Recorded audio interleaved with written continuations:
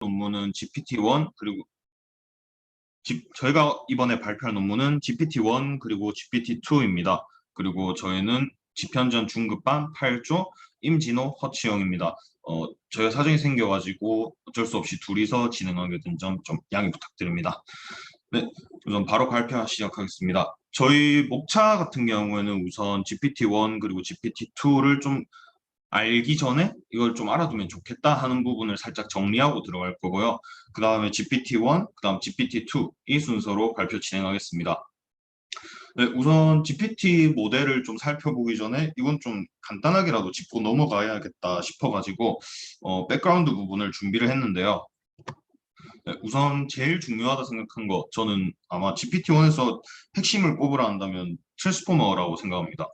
그래가지고 트랜스포머가 뭐냐 이렇게 궁금하실 분들도 계실 건데 아마 다들 읽어보셨겠지만 트랜스포머는 우선 2017년도에 Attention is all you need라고 논문을 통해서 발표된 모델이고요.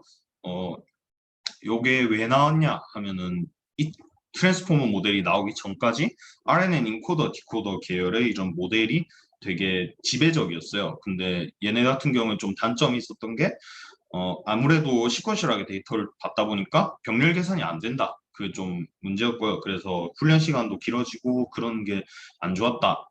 거기다가 시퀀스가 좀 더 길어진다. 그렇게 되면은 얘네들이 이제 LSTM이나 RNN 같은 경우에는 저 앞에 그러니까 롱텀 디펜던시라고 하죠. 그러니까 앞 문장 앞에 있는 토큰과 뒤에 있는 토큰의 그 연관성을 좀 포착하기 좀 힘들어진다. 이런 게 문제가 됐어요. 일단 근데 롱텀 디펜던시 요거 같은 경우에는 어텐션 메커니즘을 통해서 어느 정도 해결이 됐고요. 근데 그래도 병렬 계산이 불가능하다. 이 점은 여전히 해결이 안 됐었습니다. 그래서 이 저자는 이 병렬 계산 문제를 좀 더 해결해보자 하면서 트랜스포머라는 모델을 제안했고요. 이 같은 경우에는 RNN을 아예 제거해버린 거죠. 그러니까 리커런스한 부분을 없애가지고 이제 계산이 병렬적으로 이루어질 수 있게 좀 했다. 이렇게 됩니다.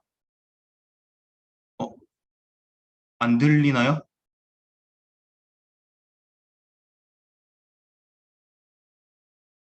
아, 네, 알겠습니다. 계속 진행하겠습니다. 그러면. 그래서 이제 또 트랜스포머에 주로 쓰인 어텐션은 또 뭐냐? 이렇게 또 궁금해지는데요. 어텐션 같은 경우에는 이제 어텐션 이즈 얼리니드 논문이 나오기 전에 아마 3년, 4년 그쯤 전에 이제 그 RNN 인코더 디코더 계열의 이제 번역 모델의 좀 단점을 해결해 보자 이렇게 해서 나온 거고요. 그 단점이 아까 말씀드렸던 것처럼 롱텀 디펜던시 요게 좀 포착하기 힘들다. 요거 때문에 이제 발표가 됐습니다. 요거 같은 경우에 어텐션 메커니즘이란 것을 RNN 인코더 디코더에다가 약간 좀 보조 장치처럼 이렇게 집어넣어 가지고 좀 학습을 돕는다 이렇게 됐고요. 그래서 간단하게 이게 뭐냐 하면은 그냥 그 이렇게 시퀀스가 쭉 있을 때 여기 그림에서 보듯이 x1, x2, x3부터 xt까지 이렇게 있을 때 그 예를 들어 xt 부분에 대해서 이제 xt에 대한 번역 단어를 만들어낸다 할 때 좀 더 중요한 정보가 모여 있는 그런 부분들이 있을 건데 거기에 집중을 해가지고 좀 더 거기서 정보를 많이 이끌어내자 이런 식으로 생각을 해가지고 고안이 된 모델입니다. 그래가지고 또 이제 이게 어텐션 메커니즘인데 트랜스포머에는 아까 제가 깜빡하고 설명을 못 드렸는데 그냥 어텐션이 아니라 멀티-헤디드 셀프 어텐션이라고 해서 새롭게 구조가 들어갑니다. 이게 이제 또 셀프 어텐션과 어텐션이 이렇게 단어가 달라가지고 각각 뭘까 했는데 그 제가 찾아본 결과 셀프 어텐션과 어텐션은 크게 다른 건 없다라고 얘기를 하더라고요. 그래가지고 우선 셀프 어텐션이 뭐냐 설명을 드리자면은 그 원래 그냥 어텐션 같은 경우에 번역에 쓰이다 보니까 그 X라는 시퀀스 그림에 보이는 것처럼 X라는 시퀀스에 있는 거에 그 각 단어 하나에 다른 단어 각 단어 하나를 번역할 때 다른 단어와의 연관성을 좀 포착해가지고 이제 중요한 부분을 뽑아내서 이제 YT라는 단어를 이제 번역한다라고 치면은 셀프 어텐션 같은 경우에는 뭐 X1이 다른 단어와 얼마나 연관성이 있는가 그걸 포착하는 거예요. 그래서 뭐 X2와 큰 연관성을 가질 수도 있고 뭐 XT와 좀 더 큰 연관성을 가질 수 있고 이렇게 되는 거죠. 그래가지고 이렇게 셀프 어텐션을 적용함으로써 좀 더 LSTM 같은 RNN 계열에 비해서 이제 롱텀 디펜던시를 포착하는데 좀 더 좋아졌다라고 할 수 있습니다. 게다가 뭐 계산 복잡도도 어느 정도 좋아졌다라고 얘기를 하더라고요. 네, 그리고 포지셔널 인코딩 요거 같은 경우에는 아까 말씀드렸던 것처럼 트랜스포머에서 이제 리커런스한 부분을 없앴다 보니까 이제 그 데이터의 순차 정보를 받아들일 수가 없게 됐어요. 그래가지고 이제 순서 정보를 좀 어떤 방식으로 집어넣으면 될까 했던 게 아예 그 위치 정보를 이제 인코딩 해가지고 그 워드 임베딩에다가 더해주자 이런 식으로 됐어요. 그래가지고 저자가 얘기한 게 이게 뭐 상대 위치 정보 혹은 절대 위치 정보 이런 식으로 두 개를 가져갔는데 둘 중에 이제 그 attention is all you need 논문에 적용된 거는 이제 절대 위치 정보죠. 그래가지고 이제 사인, 코사인 함수를 통해 가지고 이렇게 계산을 한 다음 그 워드 임베딩에다가 더해서 이제 트랜스포머의 입력으로 주는 그런 식으로 바뀌었습니다. 네. 그리고 이번에는 화이트 페어 인코딩 그리고 프리트레이닝과 파인 튜닝 이렇게 두 개를 간단하게 말씀드리고 넘어갈 건데요. 우선 화이트 페어 인코딩 같은 경우에는 이게 뭐냐면은 GPT-1과 GPT-2의 그 입력 형식을 어떻게 하냐 해가지고 고민을 했던 게 워드 레벨로 가게 된다면은 좀 희귀한 단어들에 대해서는 처리 능력이 많이 떨어진다. 그리고 OOV 문제라고도 하죠. 그 보캐뷸러리 안에 없는 단어들 그런 것들을 좀 처리하는 게 힘들어집니다. 그리고 캐릭터 레벨 같은 경우에는 물론 이게 좀 덜 빈번한 단어, 잘 안 나오는 단어들의 처리 능력은 괜찮지만 굳이라는 생각을 했던 것 같아요. 그래가지고 적용시킨 게 바이트 페어 인코딩이라는 방법. 요 같은 경우에는 딱 워드 레벨과 캐릭터 레벨 둘의 장점을 이렇게 결합해가지고 뭐 좀 많이 좋은 방법이다라고 하는 것 같아요. 이게 어떤 거냐면은 원래 저희가 단어가 있다 치면은 뭐 grandfather 이렇게 있으면은 그걸 각각 뜻을 가질 수 있는 다른 다 서브워드 단위로 쪼갠다고 하죠. 그래서 grandfather라면은 grand와 father 이렇게 두 개로 쪼개가지고 인코딩을 합니다. 이 작업을 서브워드 세그멘테이션이라고 하고요. 그래가지고 쪼갠 다음에 이제 좀 자주 등장한 단어쌍들, 뭐 grandfather 아까 말씀드린 것처럼 grand랑 father가 같이 붙어서 나온다. 그러면 걔네를 하나로 병합해가지고 이렇게 줄여 나가면서 줄여 나가는 단계를 계속 반복해 나가면서 이렇게 보캐블러리를 만든다고 보면 됩니다. 네, 그리고 프리트레이닝에다가 파인 튜닝하는 방법. 요 같은 경우에 GPT-1의 좀 핵심 그런 식으로 되는 거죠. 요게 뭐 많이들 아시겠지만 간단하게 얘기하자면 프리트레이닝 사전 학습하고 파인 튜닝 이제 조금 미세 조정이라고 되어 있는데 번역하면은 그냥 다시 라벨드 데이터로 이제 좀 그 테스트 맞춰가지고 다시 재학습시킨다 이런 식으로 보면 됩니다. 이 방식을 사용했을 때 좋은 점은 우선 얼라벨드 데이터로 프리트레이닝 다음에 다시 살짝만 학습 더 하는 거니까 이게 라벨링된 데이터셋이 그렇게 많이 필요하지 않아가지고 좀 더 뭐 데이터적으로 고갈되거나 좀 모자란 일이 없다 이렇게 보시면 될 것 같습니다. 그리고 지금 한 분 마이크 켜져 있는 것 같은데 마이크 꺼주시겠어요? 우선 계속 진행하겠습니다. 네, 우선 백그라운드 같은 경우에 여기까지 발표했고요. 이제는 GPT-1 임진호님께서 이어서 발표해 주시겠습니다.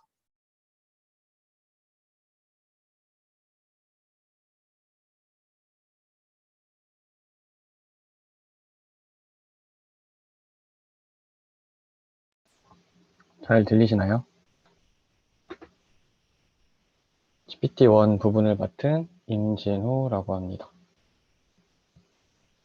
어브스트랙트에 이 모델이 왜 나왔는가를 살펴보면은 여기서 보면은 언라벨드 데이터셋의 경우 2020년 2월 경우 3.5 빌리언 워드가 있는 반면 라벨드 된 데이터셋은 이렇게 8,040만 만에서 한 42만여 개 있는데 차이가 엄청 많이 나게 되죠.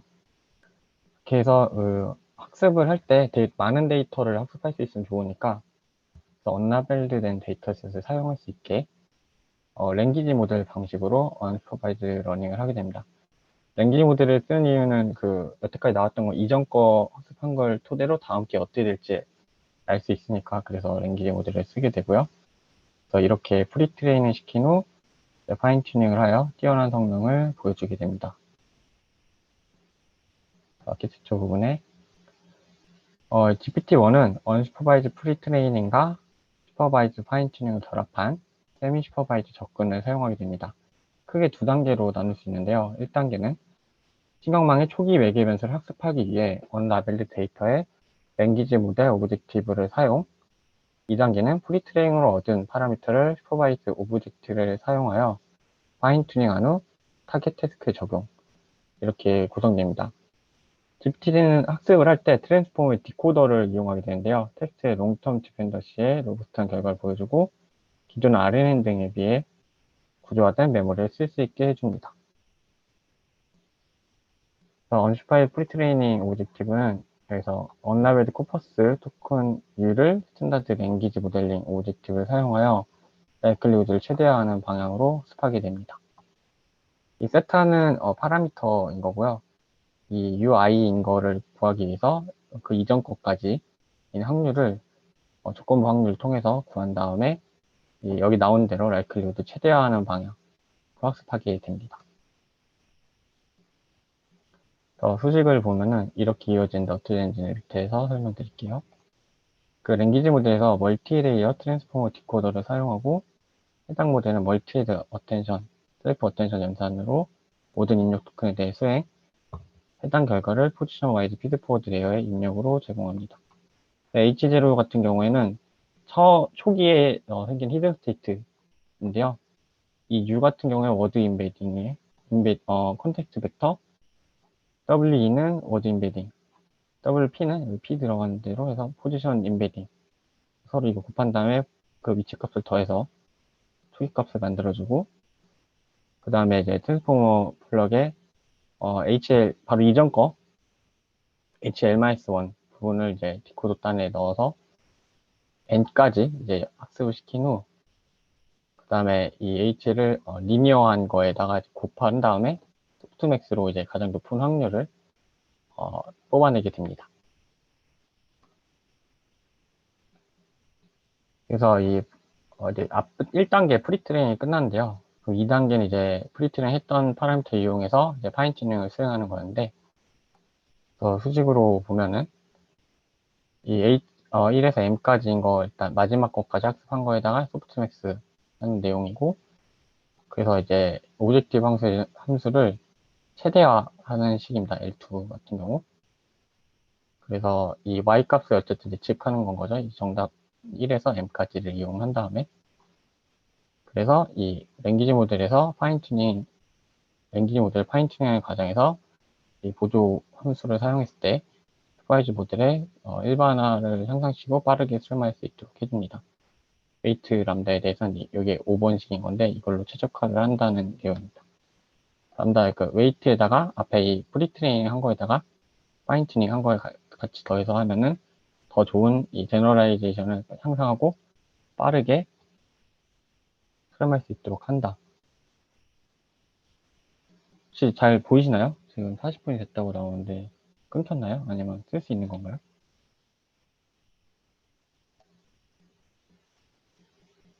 네. 그러면 계속 이어서 진행해 보겠습니다. GPT 경우 아까 얘기한 대로 트랜스포머의 디코더 단을 이용해서 그 다음 거 트랜스포머는 앞뒤로 다 볼 수 있는데 여기서는 디코더니까 앞에 것만 볼 수 있는데 이렇게 하는 이유가 뒤에 것까지 보면은 저희는 뒤에 걸 예측하려는 건데 컨닝을 하게 되는 거잖아요. 그래서 디코더 단만을 사용해서 이런 식으로 구성을 된다라는 걸 보여주는 것이고요. 논문에서 이 크게 네 가지 태스크였는데 이거에 대해 어떻게 학습하는지를 보면은 입력 데이터 셋에 따라서 이 트랜스포머 거치고 리니어 거친 다음에 이렇게 되는 건데 입력 데이터셋에 따라서 그 다음 이후의 연산이 좀 달라진다라는 부분이 있습니다. 시뮬러리티 같은 경우에 텍스트 1이랑 2 이렇게 들어갔다 이제 역순으로 넣어주고 그 결과를 이제 더해서 마지막에 리니어 하고 이 멀티플 초이스 같은 경우에는 이제 각자 또 트랜스포머 디코더 거친 다음에 리니어 거치고 마지막에 소프트맥스를 통해서 가장 확률이 높은 것을 뽑아주게 됩니다. 이제 실험 결과로 넘어가면은 이 unsupervised pre-trained 데이터셋이고 이 북코퍼스라는 이 데이터셋을 사용하는데 다양한 장르 및 출판 책이고 롱레인지 인포메이션 학습할 수 있게 해준다고 합니다. 그 주 성능을 냈다는 네 가지 분야 태스크는 이렇게 되고요. Natural Language Inference, Question Answering, Sentence Similarity, Classification. 데이터셋은 이 우측과 같습니다. 그래서 이 실험 결과를 추론한 거에 대해서 어떻게 되는지 보여주는데, 이 대부분의 케이스들에 대해서 데이터셋에 대해서 소타를 달성하신 걸 볼 수 있습니다. 그다음에 SNLI 같은 경우에는 이제 근소한 차이긴 하지만 저희 처음에 의도했던 대로 뛰어난 성능 향상을 보여주는 것을 확인하실 수 있습니다. 퀘스천 앤서링 커먼센스 리즈닝 부분에서는 이번 아까는 하나 빼고는 다였는데 이번엔 전체적으로 다 소타를 달성한 것을 확인하실 수 있습니다. 이 부분에 대해서 라이스 부분은 큰 차이 없지만 다른 거는 더 많이 차이 나는 것을 보실 수가 있고, 그런 식으로 해서 더 성능의 향상을 나타낸 것을 볼 수 있습니다. 이 부분이 이제 트랜스포머 그 디코더 단을 더 층을 쌓았을 때 성능의 향상이 있는지를 보여주는데요.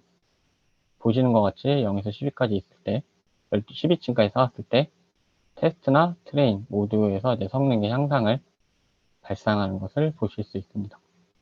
우측은 이제 프리트레이닝을 했을 때 이제 성능이 어떻게 되는지를 보는 건데, 다른 모델들도 그렇고 모든 모델들에 대해서 파인 튜닝을 했을 때 성능의 향상이 발생하는 것을 보실 수 있습니다. 어브레이션 스터디 이 부분, 이게 처음에 무슨 단어가 있는데 절제하다라고 해서 보통 구글링에서 그냥 수술용으로 많이 나오더라고요.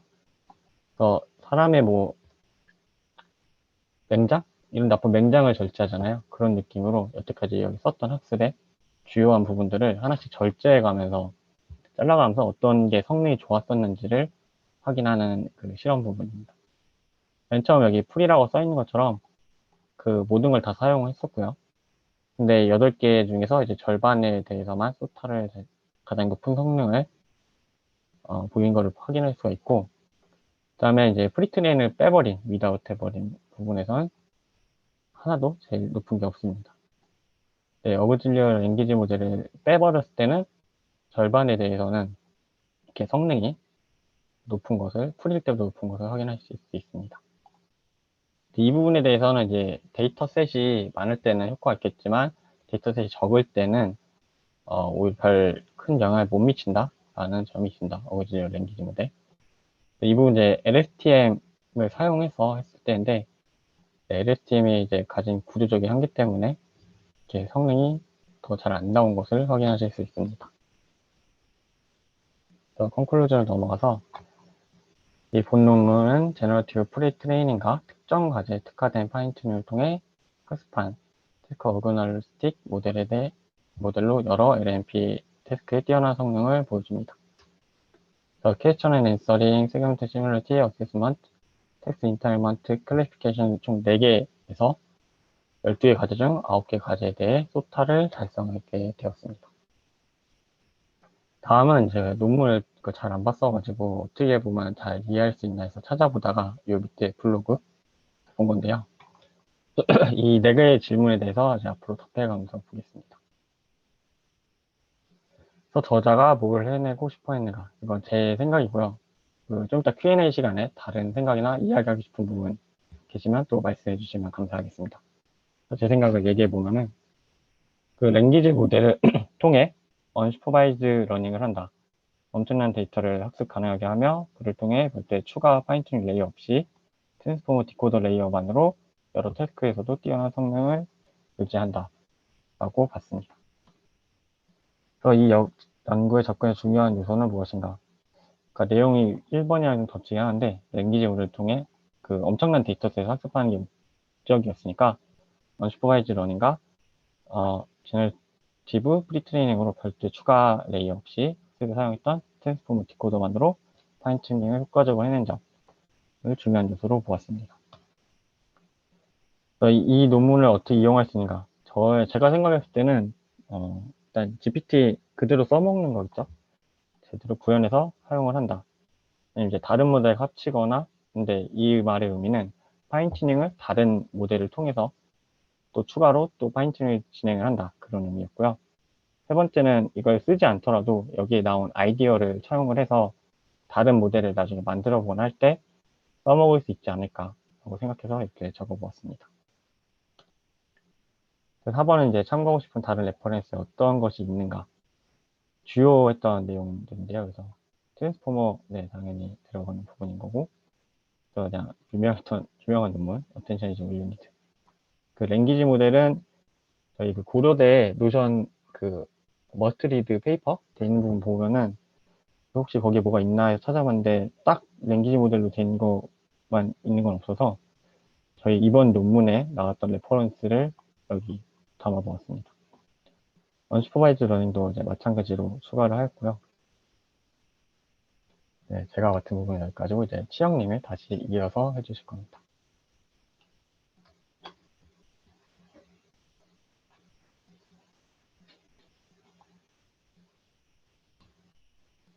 네, 이번엔 제가 GPT-2 이어서 마저 발표하겠습니다. 혹시 화면 공유 잘 됐을까요?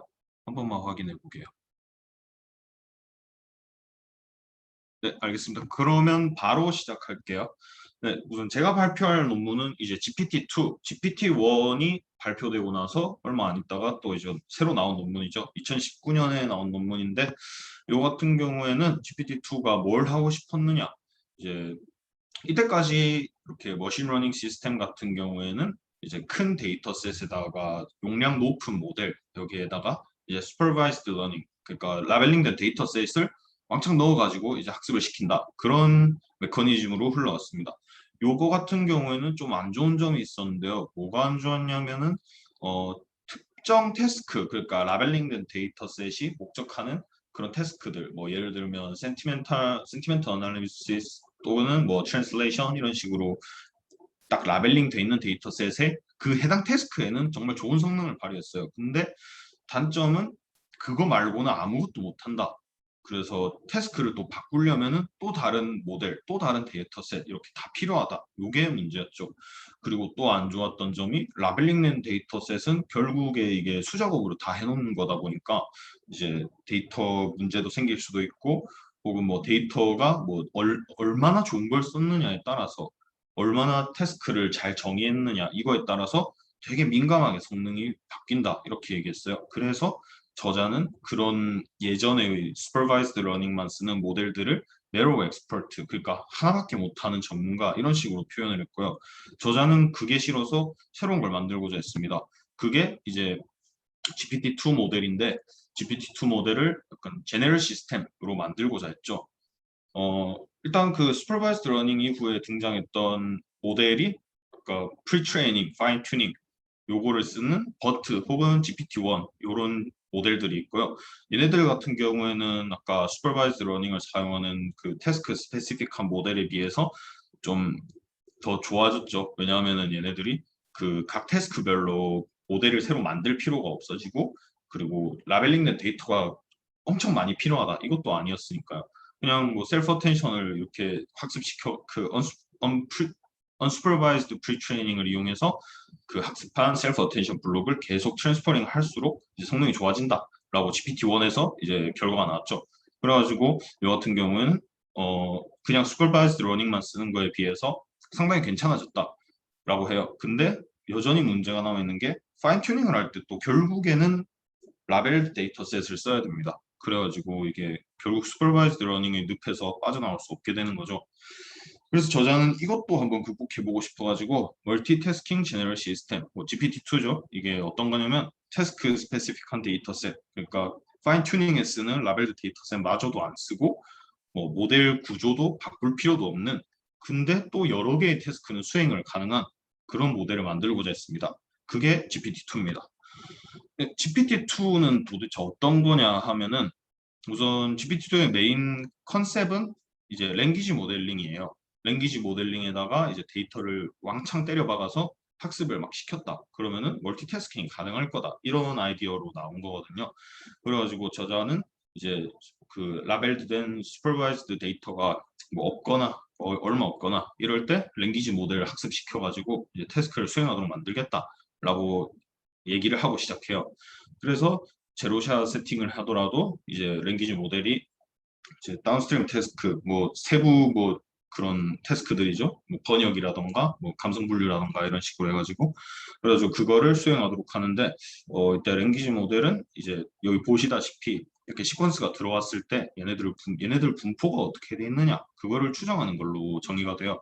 그래서 S1부터 SM-1까지의 이런 심볼들이 주어졌을 때 n번째 심볼 SN이 나타날 확률 이런 식으로 모델링을 해가지고 이제 분포를 추정하는 방식으로 학습을 하게 되고요.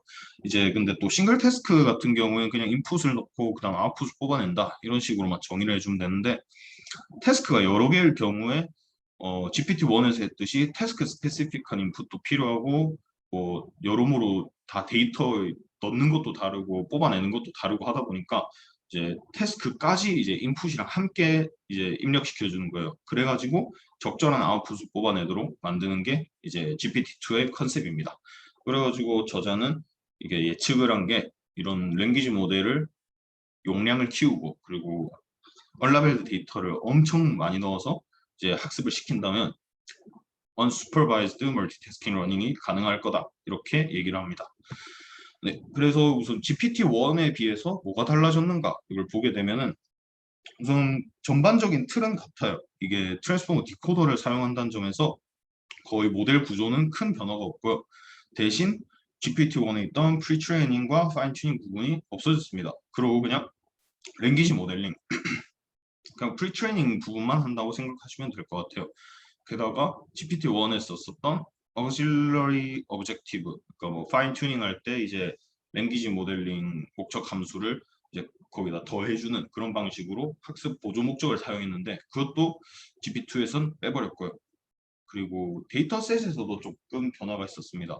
원래 GPT-1에서는 이제 북스 코퍼스라는 데이터셋을 사용해가지고 특정 도메인이라고 봤습니다. 저는 이게 어차피 책 분류, 책 부분만 이렇게 보는 거다 보니까 그래서 그런 북스 코퍼스를 썼는데 이제 GPT-2에서는 여러 도메인을 보고 엄청 큰 거를 보고 싶어서 새롭게 이 저자가 웹 텍스트라는 데이터셋을 만들어냅니다. 네, 이제 모델에 대해서 조금 더 자세히 볼 건데요. 우선 데이터셋부터 짚고 넘어갈게요. 새로 만들었으니까.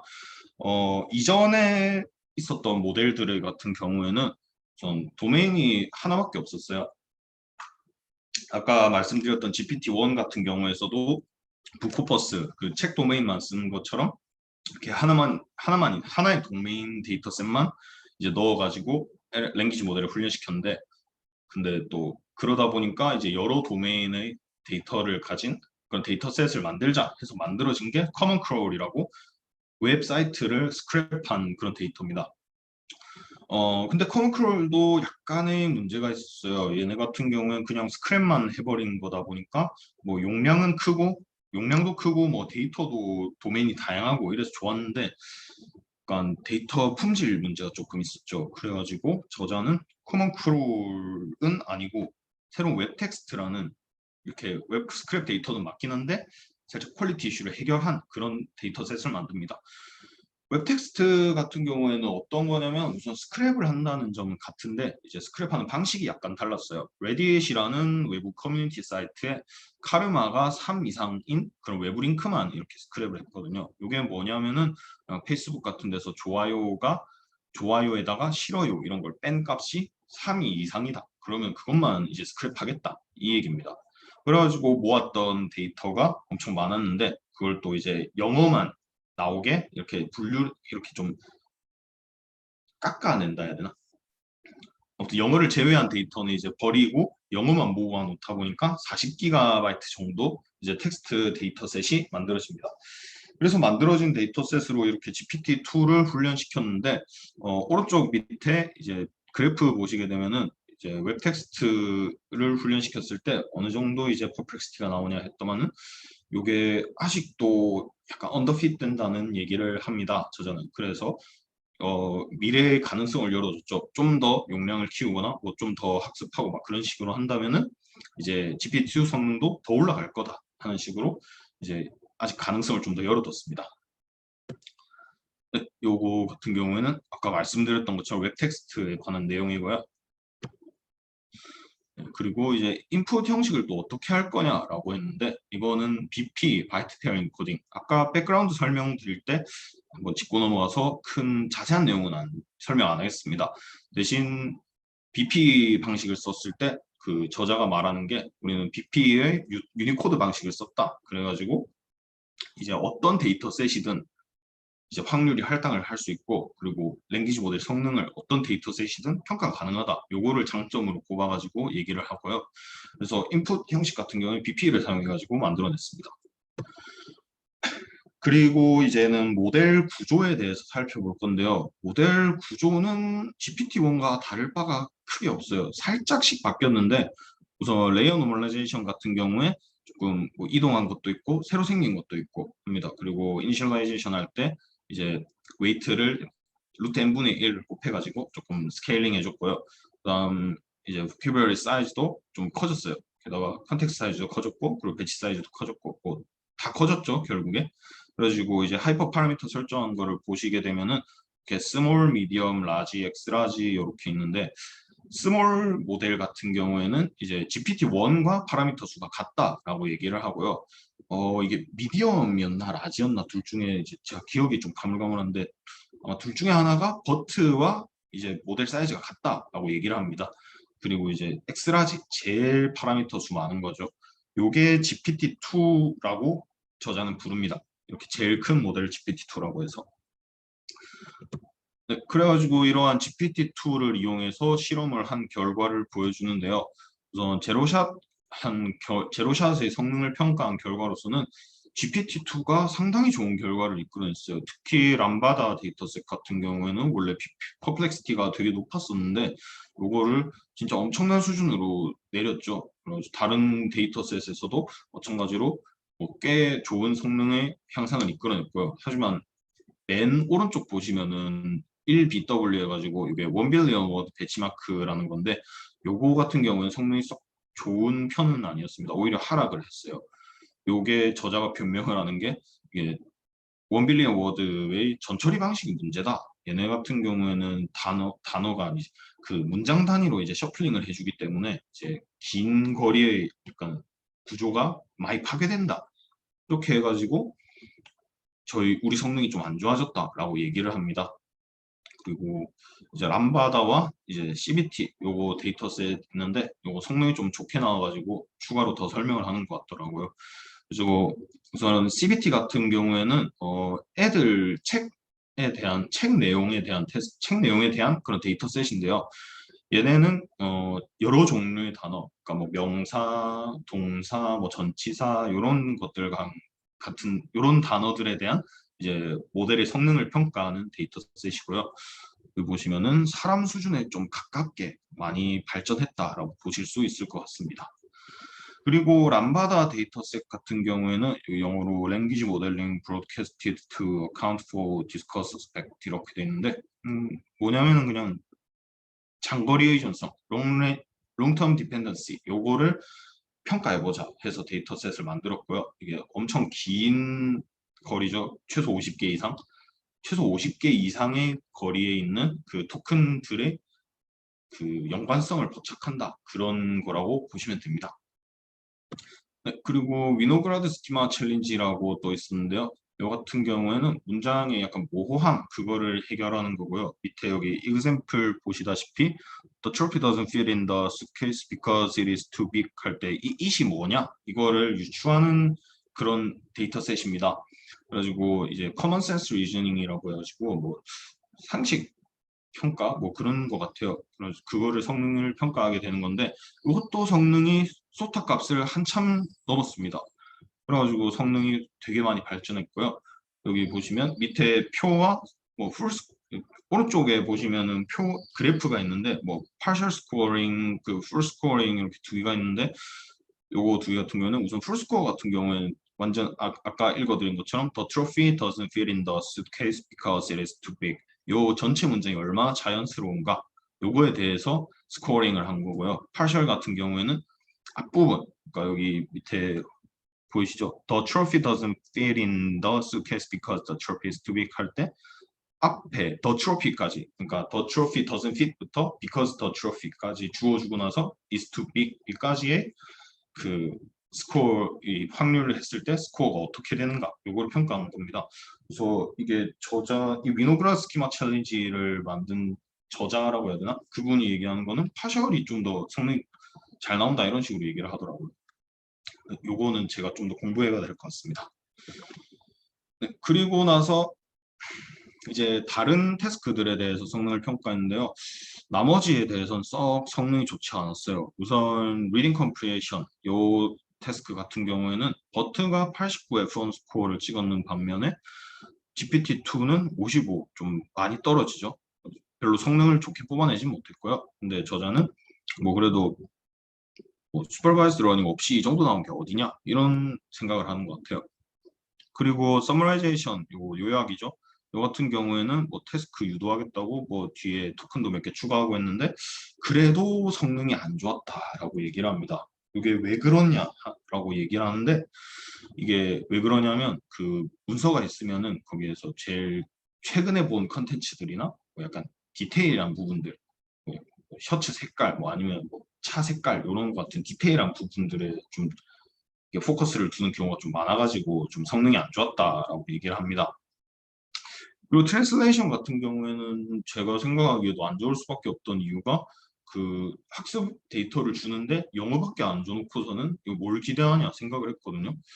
어, 그래서 일단 점수도 당연히 낮게 나온 것 같고요. 근데 보면 프랑스에서 영어로 번역한 결과가 그냥 영어에서 프랑스어로 가는 그것보다 좀 더 좋게 나왔습니다. 요거가 저자가 얘기하기를 이제 영어 빼고 다 제외했음에도 불구하고 한 10메가바이트 정도가 이제 프랑스어 10메가바이트 정도가 아직 데이터셋에 남아 있어가지고 이런 결과가 나왔다라고 얘기를 하는데 이 부분 같은 경우 갑자기 의문이 생기네요. 이게 아예 영어 하나로만 학습을 시켰을 때도 다른 언어로 번역이 가능은 한가? 이게 좀 궁금해지는데 이것도 제가 좀 공부해봐야 될 것 같습니다. 그 다음에 이제 퀘스천 앤서링 태스크 같은 경우에도 성능이 좀 많이 안 좋았어요. 겨우 4.1%이 정도밖에 정답을 못 맞췄고요. 뭐 추가로 약간 덧붙이자면은 뭐 이게 정답임을 확신하는 그 퍼센트가 높은 그런 것들에 대해서 조사를 했을 때 정답임을 많이 이건 무조건 정답이야라고 확신하는 그런 것들에 대해서는 정답률이 좀 높게 나왔다라고 얘기를 하던데 그래봤자 뭐 성능이 안 좋으니까 얘는 네 그렇습니다. 네, 그 다음에서는 또 이제 데이터셋을 또 자랑하기 시작해요. 저자가 이게 제너럴라이제이션과 메모라이제이션 이게 뭐냐면은 그 데이터셋이 그러니까 비전 쪽에서도 데이터셋이 약간 이슈가 좀 있었다고 하거든요. 그게 데이터 오버랩 그러니까 뭐 트레이닝 할 때랑 테스트 할 때랑 데이터가 좀 많이 겹친다. 그러면 이게 일반화 성능을 좀 과평가하는 경향이 있다. 이런 식으로 얘기를 해요. 그래가지고 이제 데이터 오버랩이 적으면 적을수록 좀 좋은 데이터셋이다라고 얘기를 하는 것 같습니다. 네, 그래가지고 아이고. 네, 그래서 이제 데이터 오버랩이 어느 정도 있느냐 이거를 보게 되는데 웹 텍스트 같은 경우 이렇게 표로 우선 정리를 해놨어요 저자가. 그래서 웹 텍스트 같은 경우에는 다른 데이터셋이랑 어느 정도 겹치는가 비교했을 때 한 평균 3.2% 정도밖에 안 겹칩니다. 근데 다른 경우 다른 데이터셋 같은 경우에 거의 6% 가까이 겹치는 부분이 있다고 해서 이게 조금 뭐 뛰어나다 이 얘기죠. 결국에 웹 텍스트 데이터셋이 딴 거에 비해서. 그래서 자랑을 합니다. 네, 여기까지 GPT-2 발표였고요. 결론으로는 우선 GPT-2도 여전히 한계가 있다고 생각하는 게 몇 개에서는 좀 좋은 성능을 발휘했다라고 하더라도 대부분 좀 성능이 별로 안 좋았어요. 그래가지고 얘도 아직 뭐 갈 길이 멀었구나 생각을 하고요. 그리고 게다가 그 웹텍스트라는 트레이닝 데이터셋에도 여전히 언더피팅 된다는 얘기도 있었고요. 그리고 버트에 비해 얘는 결국 아직까지도 유니디렉셔널 프레젠테이션을 사용한다. 요게 문제라고 봅니다. 그래도 약간 기대할 수 있는 점은 이게 아까 말씀드렸던 것처럼 이제 웹 텍스트에 계속 언더피팅 되는 상황이다 보니까 이게 GPT-2가 용량이 더 커지고 더 커지고 더 커지고 하다 보면은 이제 좀 더 성능이 훨씬 좋아질 수 있다. 이거를 좀 기대할 수 있을 것 같고요. 그리고 GPT-2가 약간 제 생각에는 조금 새로운 방향성을 제시했지 않나 생각을 합니다. 뭐 용량이 곧 성능이다. 이런 방향을 조금 제시했다고 생각을 하거든요. 이 같은 경우는 뭐 제 생각이다 보니까 만약에 좀 반대 의견이 있으시면 말씀해 주시면 감사하겠습니다. 네, 그리고 이게 GPT-2가 결국에 파인 튜닝이 없는 그냥 unsupervised 트레이닝만 사용해가지고 이렇게 만든 거다 보니까 만약 파인 튜닝을 추가한다면 얼마나 성능이 더 좋아질까라는 성능 개선 기대도 있고요. 뭐 그를 통해서 유니렉셔널 프레젠테이션으로 약간 단점을 가졌던 거를 극복할 수도 있지 않겠냐 이런 생각도 하게 됩니다. 네, 여기까지 제가 GPT-1 그리고 GPT-2 발표 마치겠고요. 여기 레퍼런스는 저희가 참고한 거 정리해뒀습니다. 혹시 질문 있으신 분 계시면은 질문해 주시면 감사하겠습니다. 네, 그리고 녹화는 여기까지 하겠습니다. 감사합니다.